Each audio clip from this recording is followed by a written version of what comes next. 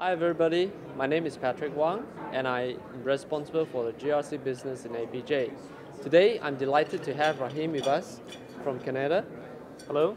Hello everyone, my name is Rahim Bhatia. I lead the Global Center of Excellence for GRC globally.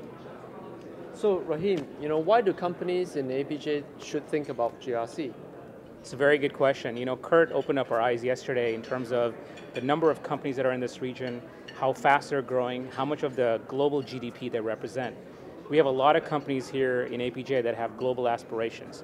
And as they expand globally, they have to think about governance, risk, and compliance initiatives, especially if they want to expand into European or North American regions. The other thing to keep in mind about governance, risk, and compliance and stakeholders in those countries is that they look at your record around governance, risk, and compliance from a historical perspective. So even though you're thinking future in terms of expanding into those markets, you need to make sure you have governance practices in place today so that when you are ready to expand into those markets, you have a good history of those governance, risk, and compliance initiatives in place as well. So could you give us an example of a regulatory requirement that would impact companies in Asia? Sure, absolutely. I think Asia itself, is taking a look at their regulatory environment, and our solutions from SAP help them to do that already as well, even today. But if the one example that I could cite is probably around FCPA, which is out of the US. And you would think that it's a regulation out of the US, and why should a company in Asia really worry about that? Exactly. Well, 50% or more than 50% of the prosecutions that are happening under an FCPA are for companies that are outside of the US. And this is a huge cost for them. Some recent examples of companies that have received fines, there is Tyco that was recently for about, I think it was close to 26 million. Oracle was fined around 2 million for similar type of violations as well. So this is a major challenge that companies globally are trying to address, and our solutions actually help them do that as well.